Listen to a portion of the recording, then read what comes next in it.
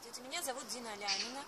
Я живу в городе Красноярске. Не так давно мне посчастливилось, в кавычках, простыть очень сильно, хотя на улице было еще достаточно тепло. Меня заложило нос, было сложно работать. Это явно был не вирус, а именно простуда.